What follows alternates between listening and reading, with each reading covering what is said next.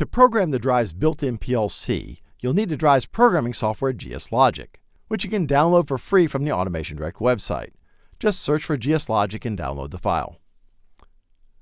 Go ahead and install it, but before you run it, make sure that drive configuration software, GS2, isn't connected to the drive. They both talk to the drive as Modbus masters, so they can't coexist on the same RS-45 network.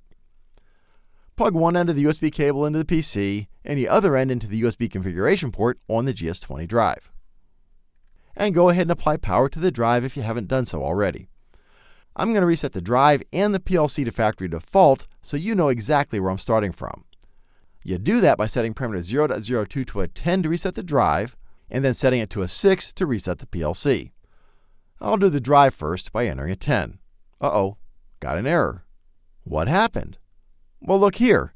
The PLC is currently enabled. You can't reset the PLC or the drive while the PLC is enabled. So I'll go to the main menu, scroll to the PLC menu, and make sure the PLC is disabled by selecting PLC 0. Great.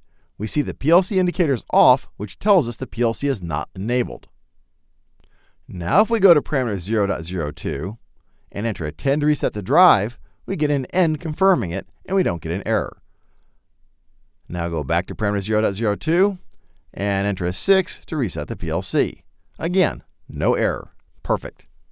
And it's always a good idea to power cycle the drive after doing a factory reset just to make sure everything gets cleared out. Launch the GSLOGIC software and set up the communications parameters. Look for this USB serial device, which we see on my computer's COM11, yours will probably be different, and select that. We'll use the drive defaults of 8 bits, odd parity 1 stop bit, and 9600 baud.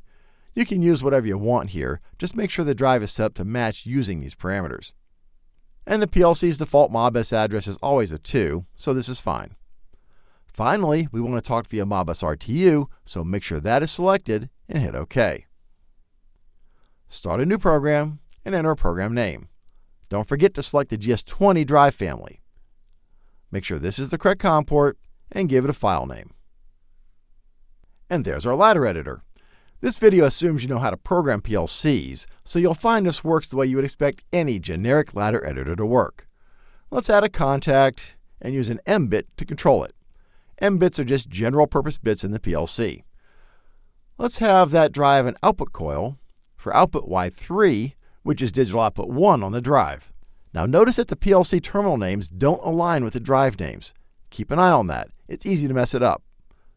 You'll find this button really handy. It shows you at a glance the drive and the PLC I/O mappings. Again, we're using output Y3, which corresponds to digital output 1 on the drive. Finally, we need an end instruction. This guy brings up the instruction toolbox. I'll expand Program Control and select the end. You can also search for it by name using this drop-down. Well, great. This program doesn't really do anything useful, but it's enough for us to see the workflow. I'll hit the Compile button to check for errors, and it looks good. Hit the Write button and select Write to PLC. And again, we see that reminder that the PLC has to be enabled in run or stop mode for us to talk to it. So I'll reach over and enable the PLC in stop mode, which is PLC 2. The PLC indicator tells us the PLC is enabled in stop mode. If it was blinking, it'd be in run mode. Hit OK, and it looks like it was successful. We see our program is using 3 of 2,000 available steps. Let's go online with the PLC so we can see what's going on. When we're online, we can see our scan time, this blinky guy which reminds us we're communicating with the PLC, and we see we're currently in stop mode. We also see we're using a GS20 drive at address 2. Let's hit the Run button. This dialog is reminding us this is just temporary. If we want the PLC to start running on power up, we need to do that from the keypad or the digital inputs. Well, this is fine for our little test, so hit OK, and we see we're now in run mode. But wait a minute, the PLC indicator on a keypad is still solid, which says the PLC is in stop mode. But we just put it in run mode from GSLOGIC. Shouldn't this be blinking to indicate run mode? What's going on? Again, GSLOGIC's run stop is strictly a temporary thing, and it's not indicated by this LED. This indicator really tells us what state the PLC will be in when we first apply power to the drive. And that can only be changed from the keypad or the digital I/O. So when you're using GSLOGIC, don't worry about this LED indicator. Click on this guy to enable ladder monitoring. Notice it tells us this window is in monitoring mode now. And click on this guy to bring up a data view. We want to monitor register M0, so I'll double-click on this guy and enter M0. This is the number of sequential registers we want to view. If I put a 10 here, then the data view will be populated with registers M0 through M9. We just want this one register for now, so this is fine. This tells us M0 is currently off. To change it, just right-click on it and set it to on. And sure enough, we see Y3 go active. We can also see the output is active in parameter 251, the digital output status word.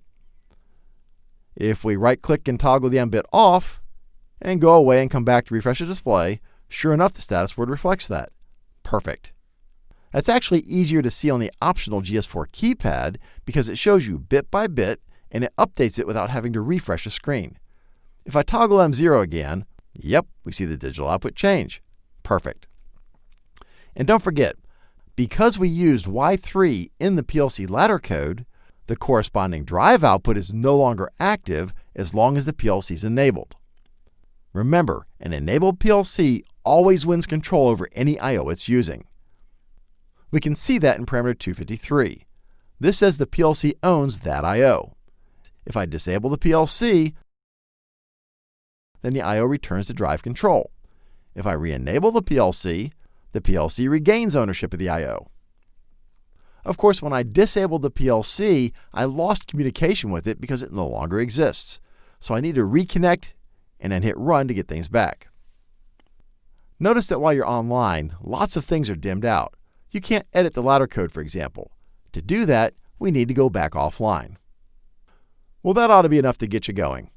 Now it's just a matter of entering your PLC ladder code.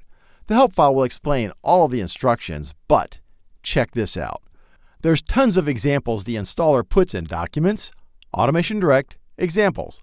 But beware that all of these examples are written for the GS4 drive. You can't use them on a GS20 because the memory sizes are different. The good news is you can easily change it by going to Options, Change PLC Type.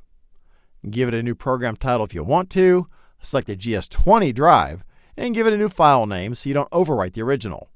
We now have a GS20 compatible version of the sample code. Make sure this View Comments button is on so you can see all of the comments.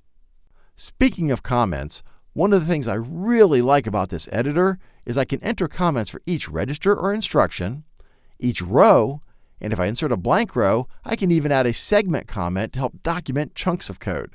That's really handy and it makes the code so much easier to read. Join me in the next video where we'll learn how to control the drive from the PLC. Click here to see all of the GS20 variable frequency drive video tutorials. Click here to subscribe to this YouTube channel so you'll be notified when we publish new videos like this, and click here to learn about Automation Direct's free award-winning support options.